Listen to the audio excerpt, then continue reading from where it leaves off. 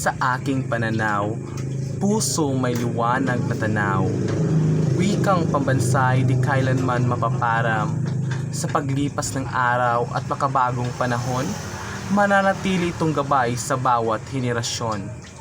Sa teknolohiya man ay patuloy na umuunlad, Filipino'y sasabay di kailanman kukupas. Sa paaralan, tahanan at buong lipunan, ito ang tulay ng puso't pagkakaunawaan.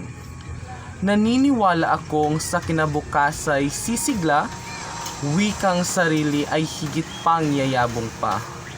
Pagmamahal at paggalang ang dapat na puhunan upang wikang pambansay maging dangal ng bayan.